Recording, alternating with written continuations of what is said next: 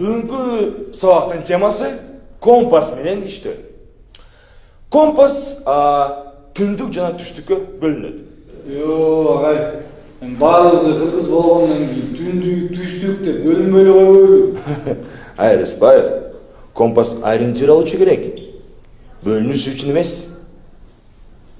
Компастын красный стрелкасы түштүктү билдирет. Ошондон агай түштүктөгүлөр красный движение кылып калабы? Болду чеми. Бул бир гана ориентир алыш үчүн, бөлүнүш үчүн эмес. Агай, өзүңөр баштап атпайсыңар түндүк, түштүк деп. Силер баштасаңар албетте биз бөлүнөбүз да. Болдугулачы парага мешет этпей.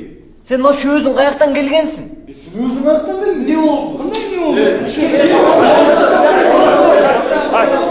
Эмне болду?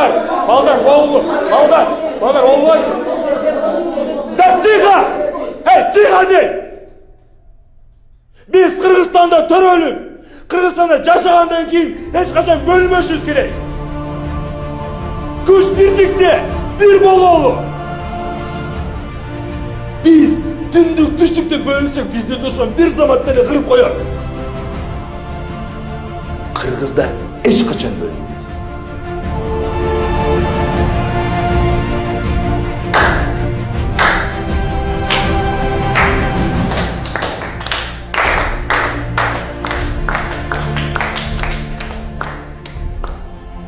Аябай, дерзко айтып салдым ғой? Агай, силер точно эле таластыксыңарбы? Таласаңар жок койду. Эмне жөн Кыздар, силер менен